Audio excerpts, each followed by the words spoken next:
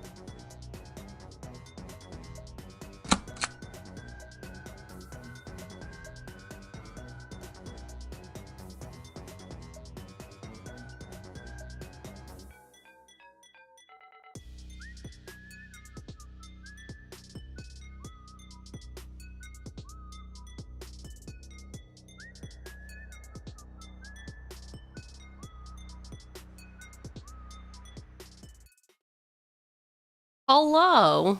Good morning, good afternoon, good evening, good night. I don't know your time zone. I don't know your life. But hi. For me it's Sunday. Just another grund day. I gotta say, I have had the most amazing vacation for the last 2 days, Friday, Saturday. I can tell that I've been well rested when I'm actually able to put Do Not Disturb on my phone. I put it on Thursday after stream. Have not turned it back on. Do Not Disturb is one of the best inventions I think that has ever been invented. I'm not going to say the phone is a bad thing. I'm just going to say not getting any notifications and being totally tuned out it's done wonders for my energy. It's been great. Yeah, I put Do Not Disturb on, I kicked up my feet, I read some books, and I was pondering the books I was reading. And I decided that this week's theme is going to be based on one of the titles of a manhwa I read a very long time ago. We're not going to be sticking like too much to what actually happened in it, but I did like the name Kill the Villainess. Because all she wants to do is die. The whole comic, that's all she wants to do is die. Solitary Lady is sort of the same deal-ish. But Kill the Villainess, it's short, it's sweet, it does its job for what we were trying to do today. Which is great. Ooh. Thank you for the hydrate. It's needed. It's like 1,000,000 degrees on the East Coast still. Still, I assume. I haven't been outside. I haven't been outside since Wednesday, since our Commander game. And it's great. I feel very privileged to not have to go outside. Gosh darn, it is hot out there.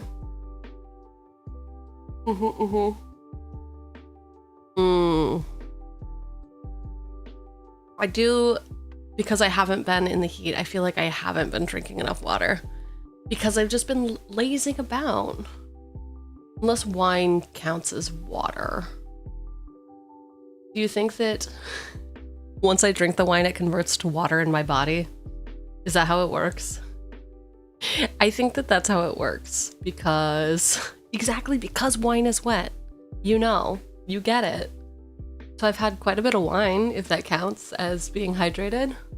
Hello. Hello, everybody. Let's see. We got Skell in the house. Baleful Strix. What up? Primo? You got that T1? Damn. Do you hover over the button every time? What do vegetarian zombies eat? Gains. Grains. Like brains. Okay.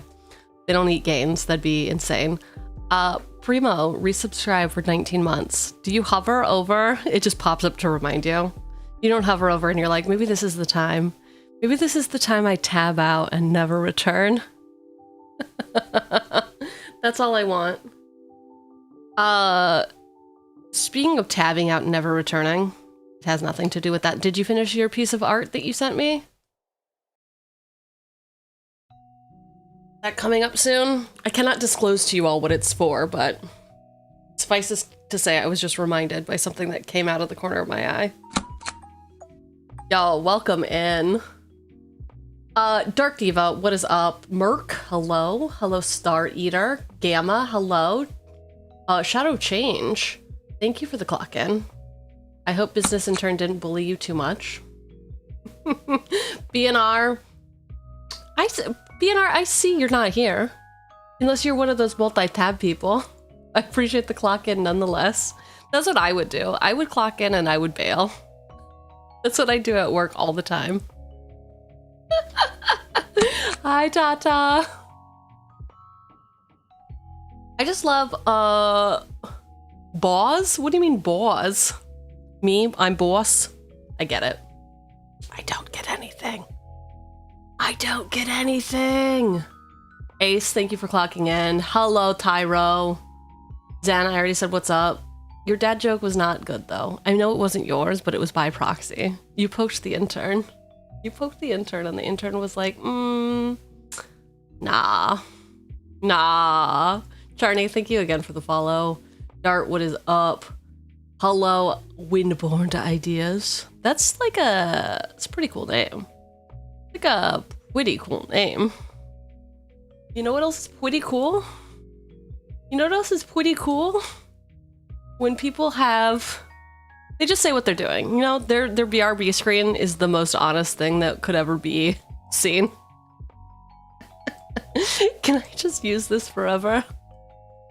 Just a little fish on a toilet kicking her feet. The fish is peeing. You are welcome. It's like Windborn Muse, but you know, Muse is like another word, like ideas. Like, I get it. I get you. I'm picking up what you're laying down. You're like, it has nothing to do with that, Cheugs. Get a life.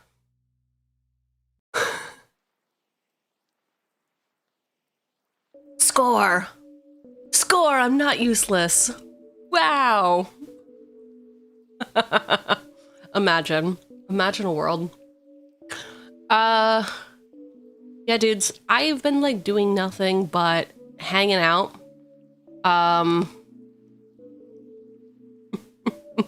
Tata, did you see? I don't know if you could see it, but on your can I capture it before this goes? For some reason, on this particular screen, it says Gift Sub King is your title. You have a title, apparently, in this particular chat message. I love that for you. So yeah, I all I've been doing is sitting around reading Jail. Go directly to jail. Do not pass go. Do not collect $200. Thank you for the resub, Puppet. That's crazy. I know. Isn't that crazy? A whole freaking year of Puppet. Can you even believe that? That's so weird. Our like 1 year friendiversary came up on Discord, and I was like, gross. It's weird when you have known people for that long. One of my only IRL friend who does know that I am a streamer was like, how long have you been doing it for? And I was like, honestly, I think almost 2 years.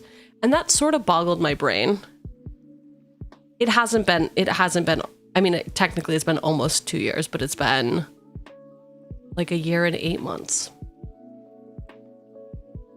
That's enough to have like 2 babies? Is that how math works? Is that how the human body works? You're boinging? Boinging? Yeah, disgusting. Absolutely disgusting. What do you mean what? Scale, what do you mean what? Yeah, we're gonna build a deck today, and it's gonna be mediocre at best. Mediocre at best. Before we get started, we do as we always do. Head over here. We give a little shout out to the folks over at EDH Lab. EDH Lab. So for those of you who are not familiar, this is basically a playtesting site, aka the easiest way to play with inspect H1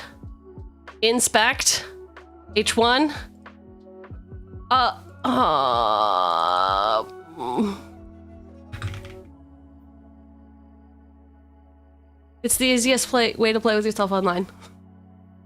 Was it worth it? Was it worth it? Anyway. Play anytime, anywhere. No webcam, no card, no setup. Just open a pot and shuffle up.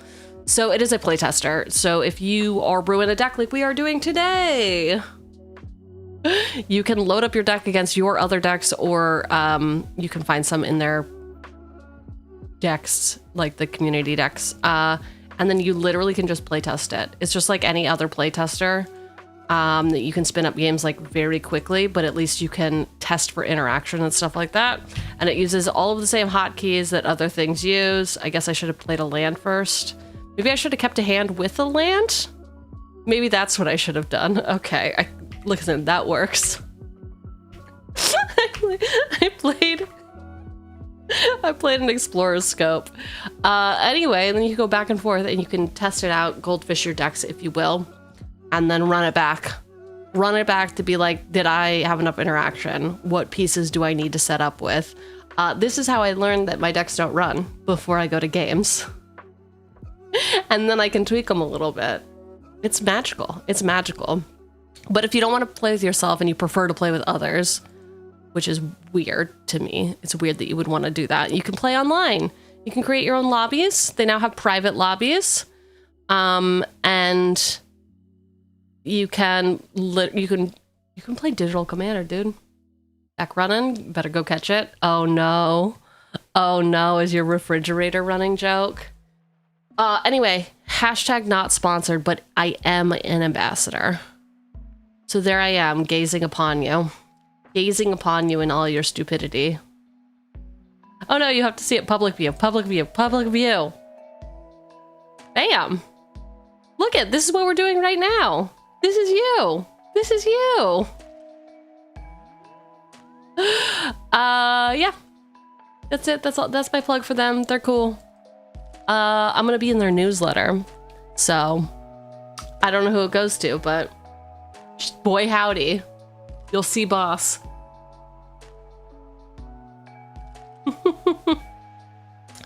All right, today we are building Evereth. The link is pinned in both chats, so you can take a look for yourself.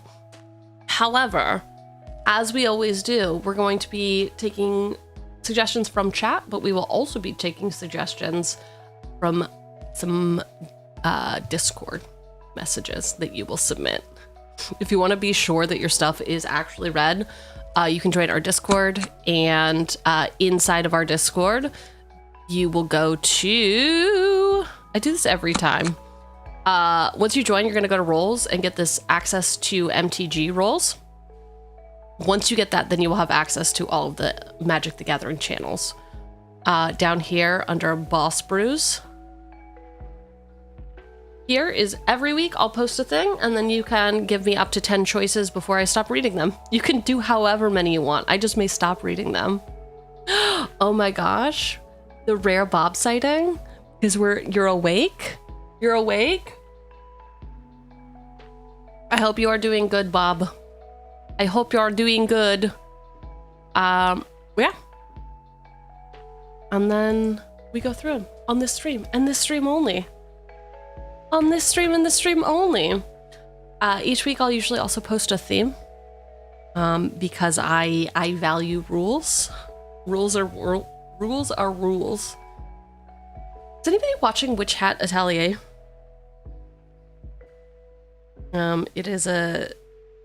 It was a, I guess it is a manga. I own the first 10 volumes. Ugh. Why did I give up? I don't know. Is it because that's how many there were when I bought it? Probably.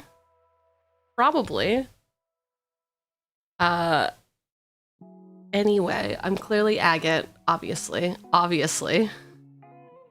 But also, if I was born in that world, I think because I just am a rule follower, I might have just been like, yeah, I guess this society is great. I'm just gonna do the best I can in this society. I'm gonna become the best wizard ever. Little did I know little Coco would come into my life. Teach me, hey, wait, maybe society's kind of fucked up. Hey, maybe we should rethink society instead of conforming to it. Anyway, you should watch it. It's good. It's basically just like a big disability rights thing. I'm like, why is society so fucked up, man? Why is it so fucked up? But I digress. Each week I will be making a little post about what the deck brew is that is always in Discord up at the top to give you a little bit of direction, because there's a lot of different ways to build the deck, isn't there? My deck will not match your deck. Your deck will definitely not match my deck, especially if you're trying to make it good. I always stick to vibes. Listen, I'm always going to stick to vibes, so even though I say it's bracket 3, it's probably bracket 1. The end of the day, right? The end of the day. An exhibition deck. You think you're a few episodes behind? So I tried to catch up last night, and I only got to when they just entered the cave. And I don't think that's too much of a spoiler of what's happening. They just entered the cave. I just keep getting confused because I've read all the books, so I'm like, well, I know what happens. Clearly I must have watched it. But it is quite a delight. It is quite a delight to behold. All right, we are so back. Last week we took the week off because I had lovely people in town hanging out. Bracket 1 decks don't exist. Woo. Ooh.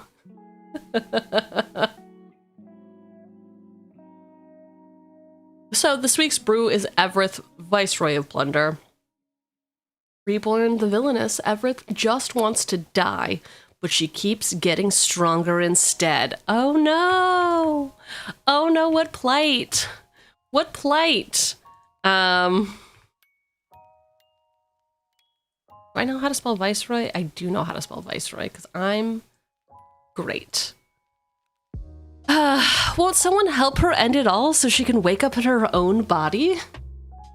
Did I get a little dark there? Listen, I've been not really conversing with anybody. So while relaxation is way up, empathy way down. Evereth has been isekai'd into a novel, but she just wants to get back home. If she dies, maybe she can. The thing my deck is trying to do is get rich quick and sacrifice those in my way for value. Early game, I want to create treasures and get creatures with leave the battlefield triggers, so that I'm set up to kill the Villainess. And I will win, making it out of the isekai story, dying, dealing massive damage to opponents, and laughing maniacally. So if you haven't read Kill the Villainess, essentially it's just like any other romance, fantasy romance, manhwa.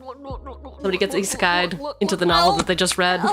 They're usually the Villainess. They have details about the future. Anyway, in this one, she just tries to keep killing herself over and over and over and over again, but she just can't die.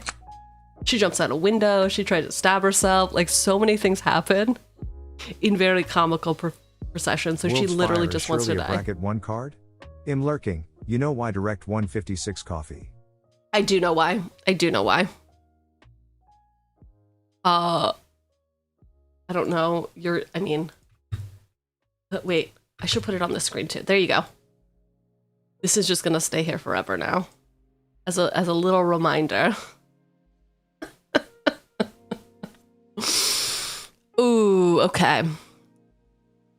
For those of you who do not know, Koya is having a subathon right now. You should go give Koya some love. Because she is very cool. SO at... I was always gonna write Koya the fish, which is not her name. Not her name. There we go.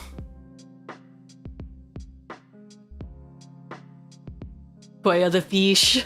Koya the fish. Ugh. Have you heard about Koya VT from the marketing department? They're this chatty Canadian VTuber who claims to be from a great northern pond. Apparently, they're all about warming up the pond. Ew. Wait, what? Is that really part of her lore? Is she peeing in the pond? Has that been happening the whole time?